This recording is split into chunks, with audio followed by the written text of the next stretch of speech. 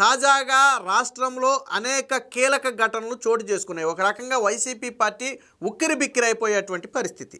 కానీ జగన్మోహన్ రెడ్డి ఏమీ జరగనట్టుగా డిఎస్సి మీద, అది కూడా ఎప్పుడు ఏడాది క్రితం నోటిఫికేషన్ ఇచ్చి 6 నెలల క్రితం పోస్టింగ్ ఇచ్చినటువంటి డిఎస్సి మీద ప్రెస్ మీట్లు పెట్టి జగన్మోహన్ రెడ్డి కాలక్షేపం చేసి మిగతా ఇష్యూలన్నీ కూడా చాలా తెలివిగా డైవర్ట్ చేయగలుగుతున్నాడు. ఇది చర్చ నడుస్తుంది ఆల్రెడీ. ఏంటి జగన్మోహన్ రెడ్డి ఇరకాటంలో పడే అంశాలు ఏంటంటే, మొదటిది జగన్మోహన్ రెడ్డి పిఏగా ఉన్నటువంటి కేఎన్ఆర్ అవినీతి అక్రమాలకు సంబంధించి సిట్ అధికారులు ఆధారాలతో సహా అన్ని కూపీలు బయట పెట్టారు.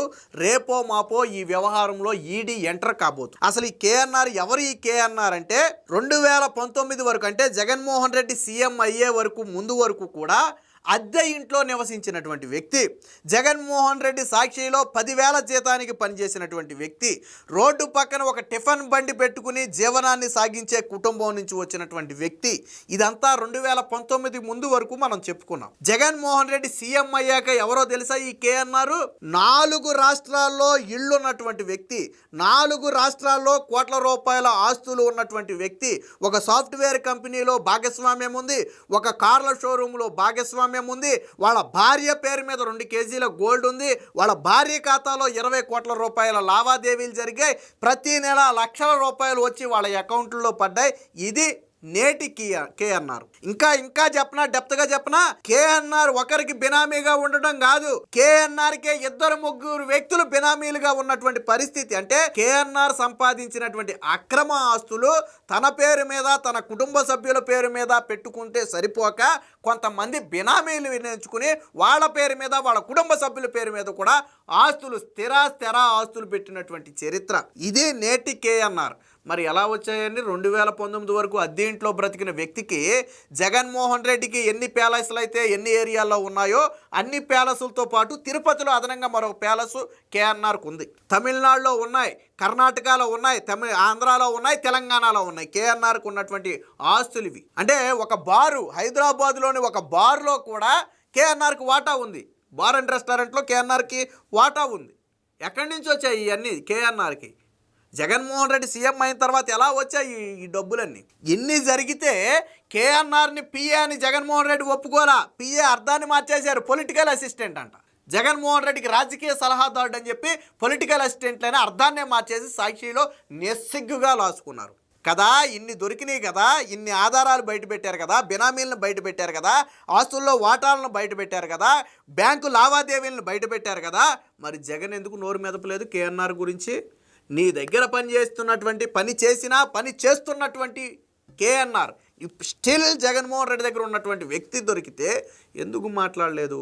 రెండోది, బొల్లా బ్రహ్మనాయుడు హైదరాబాదు నడిబొడ్డిన గండిపేట సమీపంలో 1000 కోట్ల రూపాయల విలువ చేసే 9 ఎకరాల 28 కుంటలు కబ్జా చేయడానికి 5 తెలంగాణ నకిలీ జీవోలు సృష్టించి 12 కోట్ల రూపాయలు తన అకౌంట్ నుంచి బదిలీ చేసి అడ్డంగా దొరికిపోతే ఎందుకు దాని గురించి మాట్లాడలేదు? తెలంగాణ సైబరాబాద్ పోలీసులు ఆంధ్రాతో పాటు 4-5 రాష్ట్రాల్లో బృందాలుగా విడిపోయి వెతికి వెంటాడి తమిళనాడు రాష్ట్రంలో పట్టుకొచ్చి అరెస్టు చేసి రిమాండ్కు పంపారు బొల్లా బ్రహ్మనాయుడిని. ఎవరా బొల్లా బ్రహ్మనాయుడు? వినుకొండ మాజీ ఎమ్మెల్యే కాదా? నీకు సన్నిహితుడు కాదా? మరి ఎందుకు బొల్లా బ్రహ్మనాయుడు గురించి ఎందుకు నోరు మెదపలేదు జగన్మోహన్ రెడ్డి? ఎందుకు నోరు మెదపలేదు అంటే, ఇంకో పక్క ఏం జరిగింది?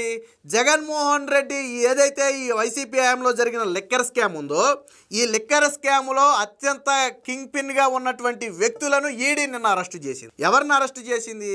అందులో ఉన్నటువంటి రాజు కసిరెడ్డితో పాటు మరొక వ్యక్తిని కూడా అరెస్టు చేసింది.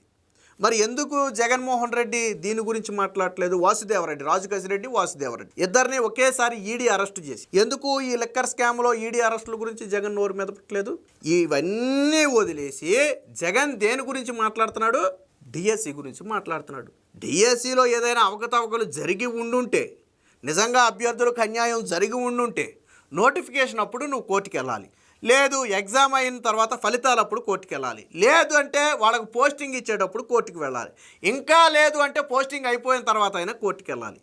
నోటిఫికేషన్ ఇచ్చి ఏడాది అయ్యింది, వాళ్ళకి ఫలితాలు ఇచ్చేసి ఉద్యోగాలు ఇచ్చి 5-6 నెలలు అయింది. వాళ్ళందరూ ఆల్రెడీ జాబుల్లో చేరిపోయారు. ఇప్పుడు కొత్తగా పాఠశాలలు తీస్తే మళ్ళీ ఇప్పుడు పాఠశాలలకు కూడా వెళుతున్నారు. 6 నెలల తర్వాత దొంగల పడ్డ 6 నెలల కుక్కలు మొరిగినట్టుగా జగన్మోహన్ రెడ్డి తాతీగా ఇప్పుడు లెగిసి ఆరోపణలు చేశాడు. సరే, ఓకే, చేశాడు ఆరోపణలు. మరి ఆ ఆరోపణలలో ఏదైనా వాస్తవం ఉందా? నువ్వు చేసిన ప్రతి ఆరోపణకు శాప్ ఆల్రెడీ ప్రెస్ మీట్ పెట్టి అన్ని వివరంగా చెబుతుంది కదా. ప్రతి ఆరోపణను శాప్ ఆధారాలతో ఖండించింది కదా. మళ్ళీ పాత చింతకాయ పచ్చడే. సగ్గా నిన్న తాతీగా ప్రెస్ మీట్ పెట్టాడు, బెంగళూరు జారుకున్నాడు. మళ్ళీ 2 రోజులాగి వచ్చి ప్రెస్ మీట్ పెడతాడు, మళ్ళీ బెంగళూరు జారుకుంటాడు. బొల్లా బ్రహ్మనాయుడు ఇష్యూ కానీ, ఇటు లిక్కర్ స్కామ్లో రాజకసిరెడ్డి వాసుదేవరెడ్డి ఇష్యూ కానీ, అత్యంత ముఖ్యమైనటువంటి తన పిఏ అవినీతి విషయంలో కానీ జగన్ నోరు మెదిపాడా? ఎందుకు మెదపలేదు? సగ్గా వైసీపీ నాయకులు చాలా నీట్గా ఇష్యూని డైవర్ట్ చేసే ప్రయత్నం చేశారు. ఇదే జగన్మోహన్ రెడ్డి గురించి, ఇదే సాక్షి గురించి ఇంకో మాట కూడా చెప్పుకుందాం. గతంలో నాకు తెలిసి శ్రీనివాస్ అనుకుంటా, చంద్రబాబు గారి మాజీ పిఏ, చంద్రబాబు గారు ఒకప్పుడు పిఏగా చేసినటువంటి వ్యక్తి శ్రీనివాస్, నాకు తెలిసి పేరు. అతని ఇంటి మీద అప్పట్లో ఐటీ అధికారులు రైడ్ చేశారు. ఐటీ అధికారులు రైడ్ చేసి లోన్ ఏం జరుగుతుందో తెలియదు ఎవరికి. కానీ సాక్షిలో చంద్రబాబు ఇంట్లో 2,000 కోట్ల రూపాయలు దొరికాయి, చంద్రబాబు బినామీ శ్రీనివాసు దొరికిపోయాడు అని చెప్పి కథనాలు రాశారు. తర్వాత ఐటీ రైడ్స్ అయిపోయిన తర్వాత వాళ్ళు పంచనామాలో ఏమి రాశారంటే ఆయన ఇంట్లో 20,000 2 లక్షలు ఎంతో అమౌంట్ దొరికిందని చెప్పి రాసి వెళ్ళిపోయారు. 20,000 కానీ 2 లక్షలు కానీ మొత్తానికి ఎంతో ఒక అమౌంట్ దొరికింది. దానికి కూడా ఆధారాలు ఉన్నాయి, బంగారం కానీ ఇతర అన్నీ కూడా లిమిట్లోనే ఉన్నాయి, ప్రతిదానికి ఆధారాలు ఉన్నాయని చెప్పి అతను ఐటీ అధికారులు వదిలేసి వెళ్ళిపోయారు. ఎవడో ఒక ఇన్ఫర్మేషన్ ఇచ్చాడు, వాడి ఇంట్లో ఆస్తుందని చెప్పి, లేదా ట్యాక్స్ లేకపోతున్నాడని ఎవడో ఇన్ఫర్మేషన్ ఇస్తే రైడ్ చేయడానికి వచ్చి ఉండొచ్చు, దాన్ని నేను కాదంటలేదు. కానీ సాక్షిలో ఏం రాశాడు? 2,000 కోట్ల రూపాయలు అని రాశాడు. సరే, ఈ ఇష్యూ ముగిసిపోయిన తర్వాత ఒక విలేకరి బొత్స సత్యనారాయణ అడిగాడు, ఏమని? మీ సాక్షిలో చంద్రబాబు బినామీ అని రాశారు, 2,000 కోట్లు 2 లక్షల కోట్లు అని చెప్పి వార్తలు రాశారు కదా, మరి ఐటీ అధికారులు ఏమీ లేదని వదిలేసి వెళ్ళిపోయారు కదా, దానికి మీ సమాధానం ఏంటని చెప్పి బొత్స సత్యనారాయణ అడిగితే బొత్స సత్యనారాయణ ఏమన్నాడు తెలుసా? ఎవరు చెప్పారు? మేము అన్నామా చంద్రబాబు నాయుడు బినామీ అని? మేము అన్నామా 2 లక్షల కోట్లని? మాకేం సంబంధం? వాళ్ళు రైడ్ చేస్తే మాకేంటి సంబంధం అన్నాడు. అరే, రాసింది నీ సాక్షిలో, విమర్శించింది నీ సాక్షిలో, చంద్రబాబు ఫోటో వేసి ఆ వ్యక్తి ఫోటో వేసి నీచమైన కథనాలు రాసింది నీ సాక్షిలో. మరి చంద్రబాబు గారి మాజీ పిఏ, అప్పటికి 5 ఏళ్ళు అయిందో 10 ఏళ్ళు అయిందో ఆయన మానేసి, మాజీ పిఏ ఇంట్లో రైడ్ జరిగితేనే 1,000 కోట్లని రాసావే, నీ పిఏ దగ్గర నిజంగానే 1,000 కోట్లు దొరికితే ఎందుకయ్యా జగన్మోహన్ రెడ్డి నువ్వు నోరొప్పో? కర్మ చూడు ఎలాగుందో జగన్మోహన్ రెడ్డి. నువ్వు ఆ రోజు చంద్రబాబు గారి మాజీ పిఏని అడ్డం పెట్టుకుని చంద్రబాబు గారి మీద బురద జల్లాలని ప్రయత్నం చేశావు. నీ సాక్షిలో 2-3 రోజులు వార్తలు రాసుకోగలిగావు. కానీ కర్మ ఎంత స్పీడ్గా తిరిగి వచ్చిందో చూసావా? ఈరోజు నీ పిఏ ఇంట్లో 1,000 కోట్లు ఉన్నాయని ఆధారాలు బ్యాంకు స్టేట్మెంట్లతో సహా బయట పెట్టారు అధికారులు. రేపో మాపో ఈడీ ఎంటర్ అవ్వబోతుంది ఈ అవినీతిలో. బినామీల భాగోతాన్ని బయట పెట్టారు. చివరికి కేఎన్ఆర్ కూడా అవును ఆ ఆస్తులు నాయేనని ఒప్పుకునే పరిస్థితి. కర్మ చూసావా? ఆ రోజు చంద్రబాబు గారు మాజీ పిఏని అడ్డం పెట్టుకుని బురద జల్లాలనుకుంటే కర్మ ఎంత స్పీడ్గా తిరిగి వచ్చి నీ పిఏ రూపంలో నిన్ను పట్టుకుందో చూసావా? పీక పట్టుకుందో. జగన్మోహన్ రెడ్డి ఎందుకు నోరిప్పుడు? జగన్మోహన్ రెడ్డి పిఏ, నీ పిఏ కదా, నీ పిఏ అనడానికి ఆధారాలు ఉన్నాయి కదా, నీ దగ్గర పనిచేసిన వ్యక్తి కదా. కడప ఎంపీగా జగన్మోహన్ రెడ్డి ఎన్నికైనప్పుడు జాయిన్ అయ్యాడు. అప్పటి నుంచి అద్దె ఇంట్లోనే ఉన్నాడు 2019 వరకు కూడా.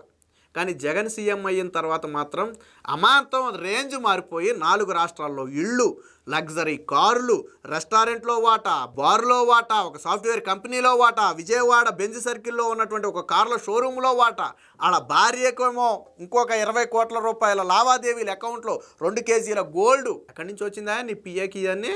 ఎంత జీతం ఇచ్చావు నీ పిఏకి నువ్వు? మరి జగన్మోహన్ రెడ్డి ఎందుకు మాట్లాడి ఇష్యూల గురించి? అసలు ఏమీ లేని డిఎస్సి గురించి కూడా జగన్ మాట్లాడతాడంతే, కోర్టుకి వెళ్ళడం. మళ్ళీ నిజంగా నువ్వు డిఎస్సి అభ్యర్థులకు న్యాయం చేయాలి, కూటమి ప్రభుత్వాన్ని ఇరకాటంలో పెట్టాలంటే ఏం చేయాలి? నువ్వు కోర్టుకి వెళ్ళాలి. కోర్టుకెళ్ళి నువ్వు చెప్పినటువంటి ఆరోపణలు కోర్టులో నిరూపించి, ఎస్ ఈ ప్రభుత్వం కొంతమంది అర్హులకు ఉద్యోగం ఇవ్వాలి అని కోర్టు చేత నువ్వు చెప్పిస్తే అప్పుడు కూటమి ప్రభుత్వం తప్పు చేసినట్టు కూటమి ప్రభుత్వాన్ని ప్రజల్లో పెట్టగలుగుతావు. మరి నువ్వెందుకు నీ సాక్షిలో మాత్రమే మాట్లాడతావు? ఎందుకు కోర్టుకెళ్ళవు? పైగా 3 ఏళ్ళు ఆగండి, మన ప్రభుత్వం వచ్చిన తర్వాత రీఎంక్వైరీ చేస్తానంట. అంటే ఆడికి నిజంగానే అన్యాయం జరిగితే గన 3 ఏళ్ల పాటు మూసుకుని కూర్చోవాలి. జగన్మోహన్ రెడ్డి ఏం చేయడు, న్యాయ సహాయం చేస్తానని చెప్పడు. ఎందుకంటే అవి కోర్టుల్లో నిలబడవు. జగన్మోహన్ రెడ్డికి తెలుసు. జగన్మోహన్ రెడ్డికి చిత్తశుద్ధి ఉంటే నడవండి కోర్టుకి, మీ వెనకమాల నేను వస్తా, లీగల్ సపోర్ట్ నేను ఇస్తా, మీ వెనకమాల నేను నిలబడతా, సుప్రీంకోర్టు అయినా హైకోర్టు అయినా నేను నిలబడతా, నడవండి అని చెప్పి నువ్వు అభ్యర్థులు ముందుకు పంపరాదు. ఆల్రెడీ 2-3 వెళ్ళారు కోర్టుకి. ఏం చెప్పింది కోర్టు? ఆధారాలు పరిశీలించిన తర్వాత గమ్ము నుండి పోయి డైరెక్షన్స్ గవర్నమెంట్కే వదిలేసింది. నవీన్ అనే వ్యక్తి సర్టిఫికేట్ వెరిఫికేషన్కి వెళ్ళాలా, ఆ వ్యక్తి వెళ్ళలేదని చెప్పి కోర్టుకు చెప్పారు. సర్టిఫికేట్ వెరిఫికేషన్ వెళ్ళనోడికి ఉద్యోగం ఎలాగిస్తారు? మరొక వ్యక్తి వెళ్ళాడు హ్యాండిక్యాప్డ్ కోటాలో, అతనికి ఫిజికల్లీ హ్యాండిక్యాప్డ్ 40% ఉందని వెళ్ళాడు, కానీ పరీక్షల్లో 30% తేలింది. కోర్టుకి వెళ్తే కోర్టు కూడా ఏం చెప్పింది? మళ్ళీ పరీక్షలు చేయండి అంది. మళ్ళీ పరీక్షలు చేస్తే మళ్ళీ 30% వచ్చింది. ఆ వ్యక్తి అనర్హుడు తేల్చింది. ఇలా పలు సందర్భాల్లో కోర్టుకి వెళ్ళినా ఎందుకు రాలేదు అంటే రీజన్ ఉంది కాబట్టి రాలా. అది జగన్కి తెలుసు. మళ్ళీ కోర్టుకి వెళ్తే అబ్బాస్ పాలు అవుతారు. కోర్టు కేసు కొట్టేసింది అనుకోండి, జగన్మోహన్ రెడ్డి ఓడిపోయినట్లు లెక్క. అదే కోర్టుకి వెళ్లకుండా సాక్షిలో ప్రెస్ మీట్లు అయితే ఎన్నిసార్లు అయినా పెట్టుకోవచ్చు. సగ ఇష్యూని డైవర్ట్ చేయాలన్నప్పుడల్లా డిఎస్సీని తీసుకొచ్చి పెట్టుకోవచ్చు జగన్మోహన్ రెడ్డి. కానీ ప్రజలు పెచ్చోళ్ళు కాదు జగన్మోహన్. అన్నీ తెలుసు. నీ పిఏ భాగోతం తెలుసు, అలాగే నువ్వు తీసుకొచ్చినటువంటి వాసుదేవరెడ్డి లిక్కర్ స్కాములో అరెస్ట్ అయినటువంటి వాసుదేవరెడ్డి, రాజకేశిరెడ్డి భాగోతం తెలుసు.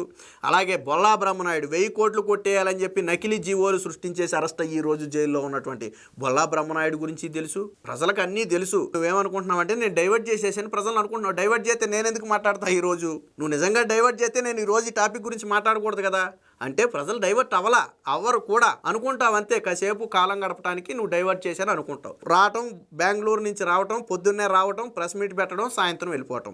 నిన్న కూడా ప్రెస్ మీట్ అవగానే బెంగళూరు వెళ్ళిపోయాడు ఆల్రెడీ జగన్మోహన్. ఉండడు ఇక్కడ, తలదాచుకోలేడు పాపం, భయం. కాబట్టి జగన్మోహన్ రెడ్డి డైవర్షన్ చేయటంలో పిహెచ్డి చేశాడు అని ఎందుకు చెప్పానంటే మొదట్లోనే చెప్పా ఈ మాట. సో అందుకనే ఎంత చక్కగా డైవర్ట్ చేస్తున్నాడో, వాళ్ళ నాయకులు కూడా ఏమీ ఎరగన శుద్ధపూసల్లాగా మిగతా ఇష్యూలన్నీ వదిలేసి డిఎస్సి గురించి మాట్లాడతారు. ఒక్కడు కూడా నడవంటారు న్యాయస్థానానికంటే ఒక్కడు మళ్ళీ మాట్లాడడం, న్యాయస్థానానికి నడవండి అంటే ఒక్కడు మాట్లాడడం. మళ్ళీ పాపం అభ్యర్థుల్ని బలవంతం పెట్టి తీసుకొచ్చారని కొంతమంది చెప్తున్నారు. కొంతమంది అడిగారంట, యారా మీకు ఏమైనా పోయే కాలమా, మళ్ళీ డిఎస్సి పడుతుంది కదా, చదువుకుని ఉద్యోగం తెచ్చుకునేదానికి ఎందుకురా మీరు ఈ రాజకీయాల్లో తలదూరుస్తారు, ఏం పనిరా మీకు అని అడిగితే, మేము ఎక్కడ దూర్చామో వాళ్ళే బలవంతంగా తీసుకెళ్లి జగన్మోహన్ రెడ్డి దగ్గర కూర్చోబెడుతున్నారని చెప్పారంట. సరే, అది నిజమా కాదా అనేది అభ్యర్థులకే తెలియాలి, అది వేరే విషయం. కాబట్టి జగన్ చేసే ప్రతి ప్రచారం వెనక కూడా ఒక డైవర్షన్ ఉంటుంది. ఇప్పుడు ఈ ఇష్యూలు డైవర్ట్ చేయడానికే డిఎస్సి మీద దొంగ డ్రామాలు మొదలుపెట్టారు.